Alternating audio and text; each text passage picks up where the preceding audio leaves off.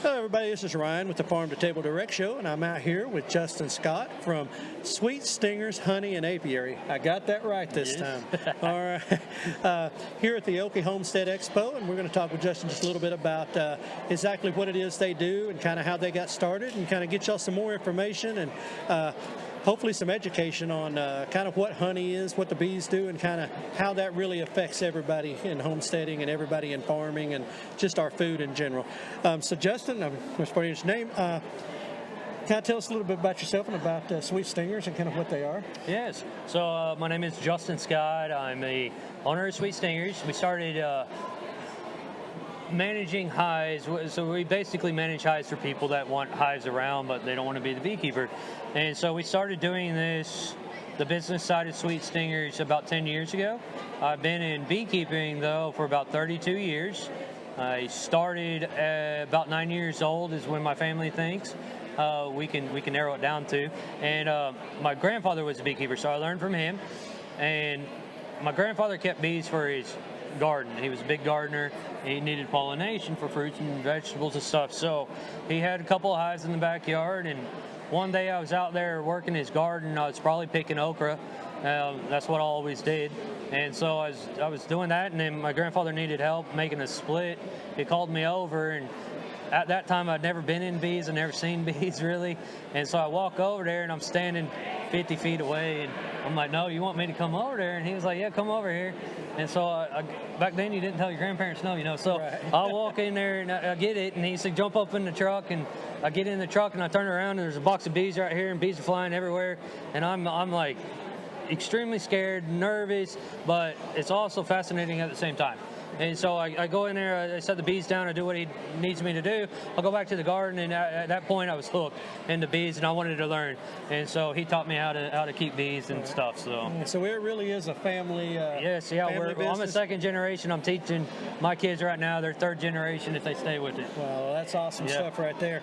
So I mean, I met your wife and met your kids behind us back here when we were talking, and kind of has become a family business. I was noticing your daughter; she can sell the products as good as anybody else. Yes, people ask me if my kids work, and they do, and they work the hives, they help do the product, but my kids can tell you about bees. They can tell you about how to raise bees. They can tell you about the products that they sell. They're very involved. My wife is very involved.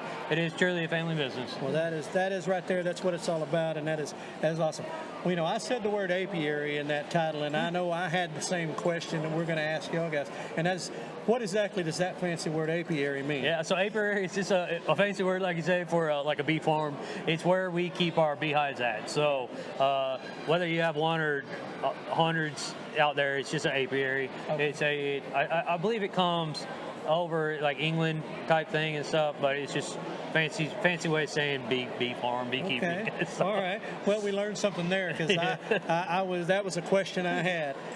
We'd kind of talked earlier before and stuff about like pollination and food and stuff, and kind of, I don't know, you might explain. I mean, I think viewers maybe know, but at the same time, the role that plays so much in our food source and with pollination and whatnot. Yeah. So a lot of plants, for the most part, like bees were declared in 2019 the most important living species in the world. All right. So without bees, there's a saying that is around, without bees, the human population would die in 4 years. All right. Now that doesn't hold true altogether. Okay. Right. We have crops that we wheat and corn. They don't need pollination.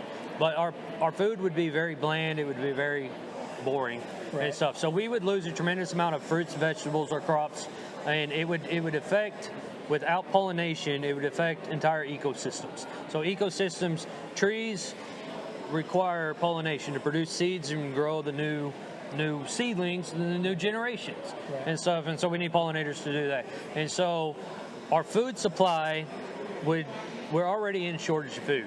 Our food supply would be absolutely catastrophic.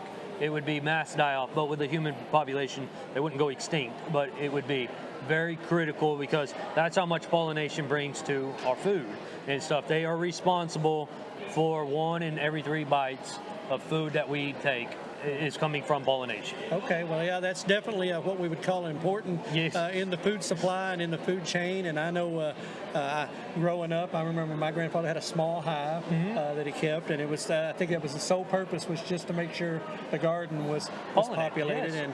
And grew up loving a honeycomb coming out of that. Yeah, that's good. It's the best fresh, as they say. But and transferring to the honey, now I read an interesting fact that honey was like the only food that never. Well, that's correct. Never spoils. Never expires. Never expires, and then you can pick it up 1,000 years down the road, it'd still be honey. It is, yeah. But what's some other products that come out of this? I mean, I know y'all have honey and other things. Honey is one that everybody pretty much knows. But then there's the beeswax. The beeswax is a big product. It's great for candles and lubricating different things, keeping things like rust preventer, fire starters and stuff. So a lot of homesteads can benefit from the beeswax that the bees produce. There's also pollen. So when the bees are pollinating, they bring back pollen, and we have special traps that we put on the hive, and those traps will trap the pollen, and then we can harvest it. And you can eat pollen yourself, and it's like a superfood. It's very beneficial. It has a ton, like all minerals and vitamins the body needs and stuff. So it's extremely beneficial to the body. It's kind of like sweet dirt, is what I call it, and stuff. It's not bad. That's kind of a bad description, but it is. It's tasty, but it takes some people used to. There's propolis. Bees use propolis. We call it the bee glue of Mother Nature's super glue and stuff. But it's resin from trees that they bring in, and they glue everything together. But we can harvest that, and you can make tinctures out of it and things. And that one, depending on what you pair it with, different health benefits as well. So those are the main products. There's bee venom therapy, so getting stung. That's big popular over in Europe and stuff. So very interesting.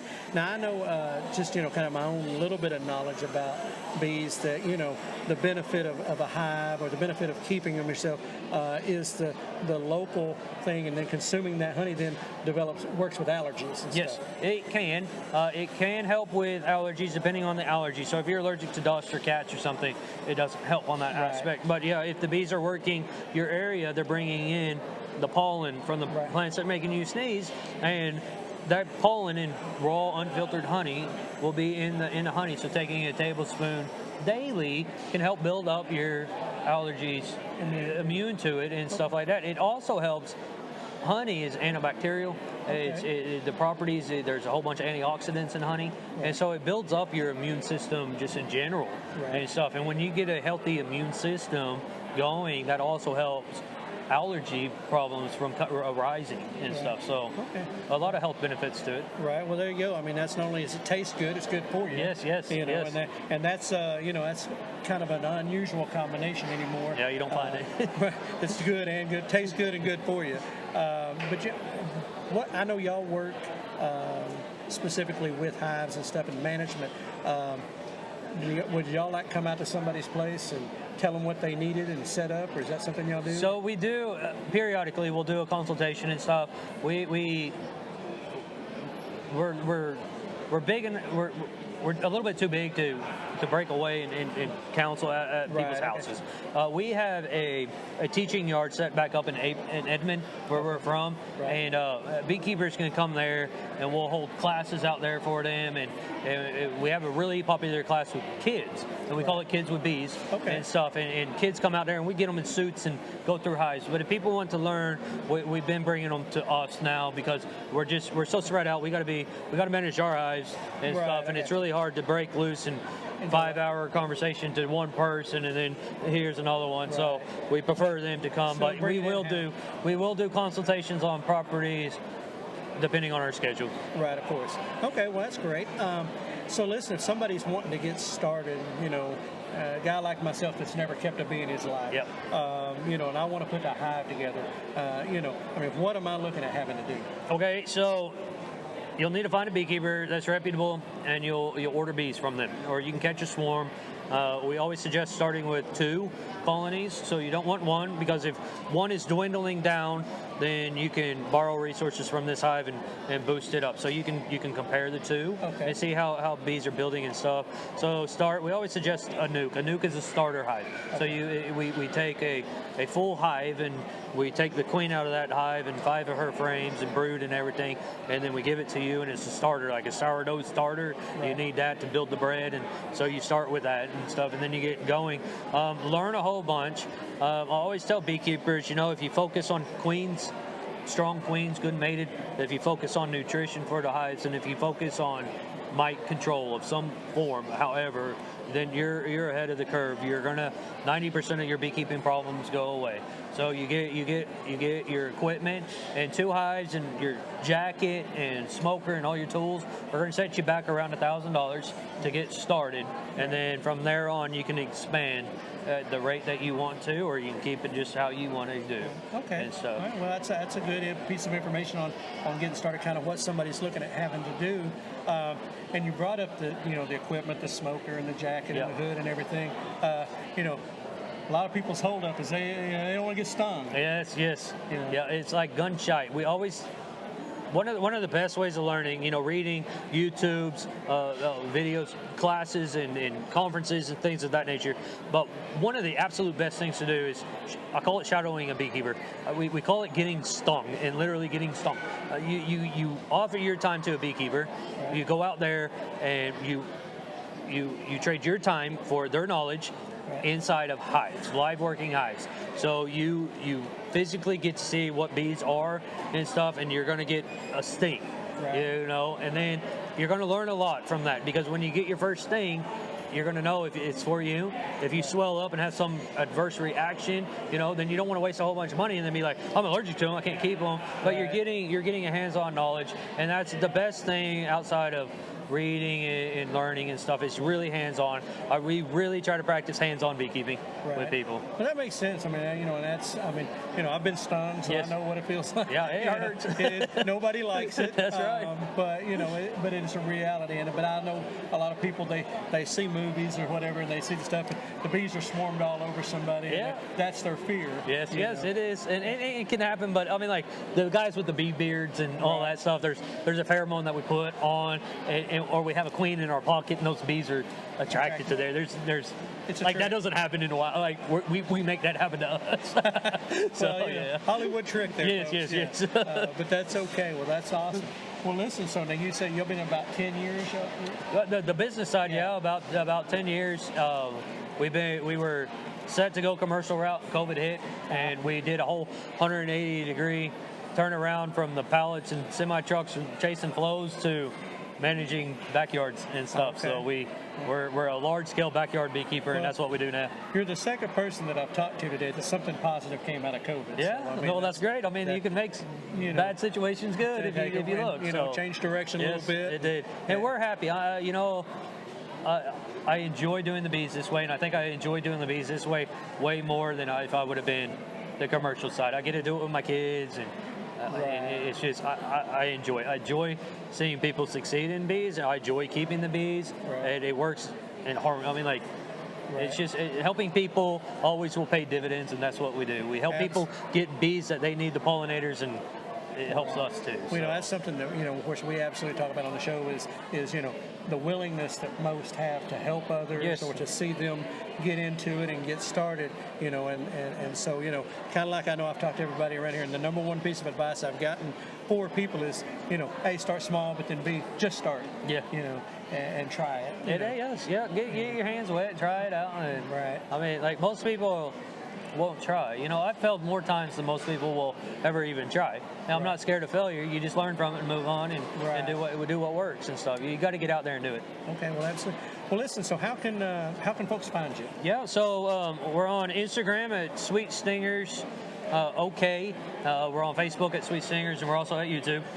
We're just started our video side of YouTube and stuff, so we're trying to build that up and stuff. And so if you want to learn, we do a daily post Monday through Friday for most days. We call it Lessons from the Beehive. Okay. And it's a daily post. It's very short, to the point, about what's going on, what we're doing. It talks about honey. It will talk about about different types of hives and stuff. Like, we just go into a wide variety of stuff, but it's an educational thing. That one we post on the YouTube or Instagram and Facebook, and then the video side we keep on the YouTube or Facebook, and we make reels and stuff as well. But we're very heavy focused on educate. I want to see people succeed, whether I keep bees for them or whether they're keeping bees. I want people to succeed. And that's that's number one thing, because I think if everybody picks up just a little bit and everybody helps each other be successful, we're all going to grow as a community. Yeah. We're all going to be better. Yeah, I'm not here just a one man. Like, it's just me, all for me. No, I go out and get it done. Right. And that's so easy to see happen. But I mean, it's one thing, folks, within the farming and the homesteading community, and out here at this expo, I've really got to witness is that very thing. That it is community, and everybody's out to see everybody else succeed. Absolutely. Well, listen, Justin, I appreciate your time today. Yes. Well, thank you. We've talked quite a bit over the last couple of days, my brother and yourself and me, and good to sit down and actually, get just a few minutes to share with our listeners, and hopefully we'll have a working relationship going forward with that as well. Absolutely. And so certainly enjoyed the information, enjoyed the time. Folks, if you want to know about beekeeping, you want to know about honey and all the benefits, Sweet Stingers Honey and Apiary. Like you said, check them out on Facebook, check them out on YouTube, Instagram. They're out there, and there's a wealth of knowledge there, and a wealth of resource, and a pretty tasty product as well. Anyway, so just be sure and go check that out. And as we like to say here, as always, prepare for the unexpected and keep it local.